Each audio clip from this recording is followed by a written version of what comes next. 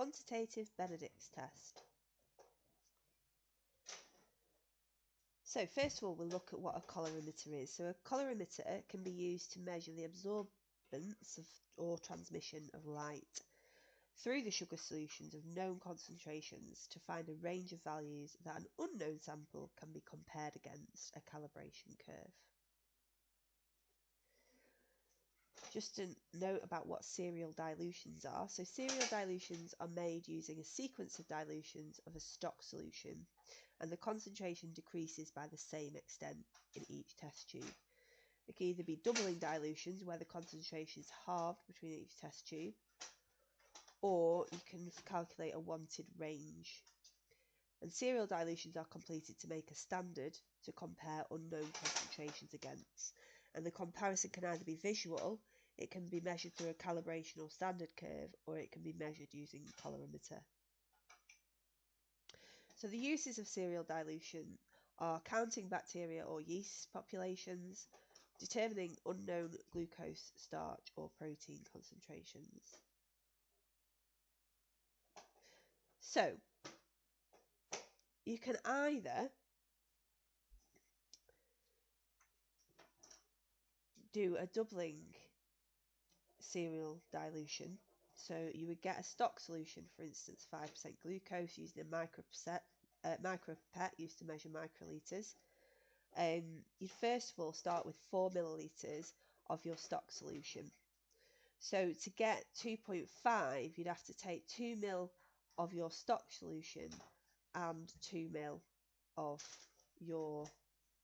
the distilled water. So you're halving that concentration. So you're going from 5 to 2.5%.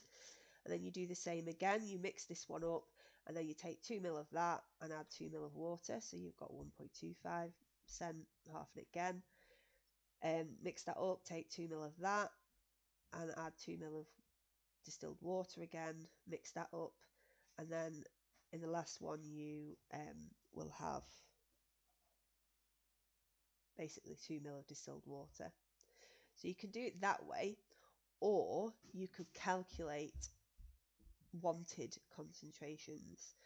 So for instance, this one here, you've started off with your 10 millimole per decimeter cube stock solution, and in the first test tube it's just pure water. In the second test tube you put 4 millilitres or centimetres cubed of water and 1 ml of stock solution.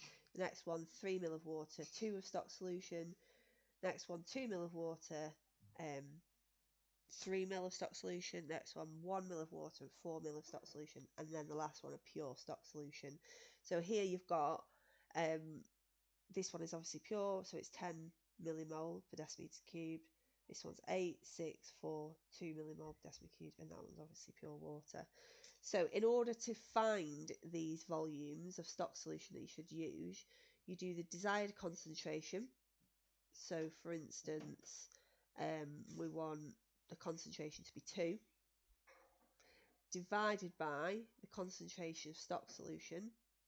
Well, we know it's 10, so 2 divided by 10, and that will tell you, and then you have to times it by the volume wanted. So we want these all to be 5, so 2 divided by 10 times by 5 equals 1 centimetres cubed.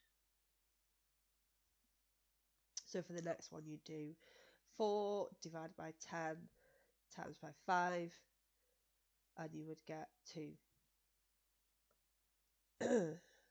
Right, so a colorimeter is an instrument that beams a specific wavelength or colour of light through a sample and measures how much of this light is absorbed. And they provide a quantitative measurement. They contain different wavelengths or colour filters depending on the model of colorimeter, so that a suitable colour can be shone through the sample and will not get absorbed. This colour will be the contrasting colour, like a red sample should have green light shone through it. And also remember that a sample will look red as the wavelength of light is being reflected, but the other wavelengths would be absorbed.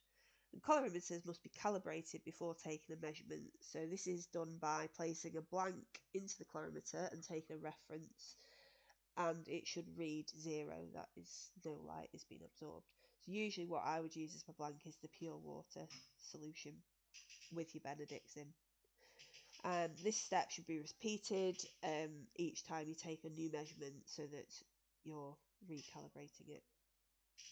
So once you've got your absorbance for your glucose concentrations, you can then use that to determine an unknown glucose concentration. So if you found that a sample had an absorption of 1.1, you'd then read across your calibration curve and down, and you'd find that its concentration is like 6.25. So this is what your colorimeter looks like. You've got your reference, which is what you'd put your cuvette with water in and press reference to calibrate it.